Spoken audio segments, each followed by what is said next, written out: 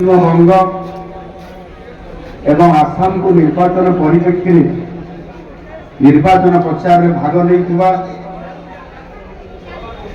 ଓଡ଼ିଶାର ସମସ୍ତ ଭାରତୀୟ ଜନତା ପାର୍ଟିର ନେତୃବୃନ୍ଦ ଭାଇ ଭଉଣୀମାନେ ଏଠି ଉପସ୍ଥିତ ଥିବା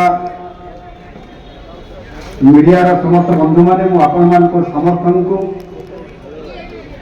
ଆଜିର ଏହି ଐତିହାସିକ ବିଜୟ ପାଇଁ ଆପଣମାନଙ୍କୁ ସମସ୍ତଙ୍କୁ ହାର୍ଦ୍ଦିକ ଅଭିନନ୍ଦନ ଜଣାଉଛି। ପଶ୍ଚିମବଙ୍ଗ, ଆସାମ ଏବଂ ପୁଡୁଚେରୀରେ ଜନସାଧାରଣ ଯେଉଁ ଜନମତ ଦେଇଛନ୍ତି ତାହା ତ ମୁଁ ନିଶ୍ଚିତ ଭାବରେ କହିବି, ଇଏ ହେଉଛି ବିଶ୍ୱର ସବୁଠାରୁ ବୃହତ ଗଣତନ୍ତ୍ର ରାଷ୍ଟ୍ରର ଇଏ ହେଉଛି ନିଚ୍ଛକ ପ୍ରତ୍ୟକ୍ଷ ଗଣତନ୍ତ୍ରର ବିଜୟ। ଆମ ଦଳର ନୀତି ଓ ଆଦର୍ଶରେ ଲୋକଙ୍କର ଭରସା ଦିନକୁ ଦିନ ବଢ଼ିବାରେ ଲାଗିଛି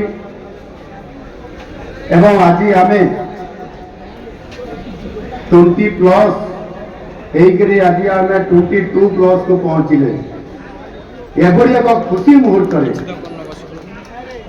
ଅର୍ଥାତ୍ 22ଟି ରାଜ୍ୟରୁ ଅଧିକ ରାଜ୍ୟରେ ଆଜି ଆମର ଭାରତୀୟ ଜନତା ପାର୍ଟିର ଏବଂ ଏନ୍ଡିଏର ନେତୃତ୍ୱରେ ଆଜି ଆମେ ଶାସନରେ ଅଛନ୍ତି। ସେ କାଶ୍ମୀରରୁ କନ୍ୟାକୁମାରୀ ପର୍ଯ୍ୟନ୍ତ ଏବଂ ଆସାମ ଅରୁଣାଚଳ ପ୍ରଦେଶରୁ ପଶ୍ଚିମରେ ଗୁଜରାଟ ପର୍ଯ୍ୟନ୍ତ ଯେଉଁପଟେ ଦେଖିବେ ଗୈରିକ,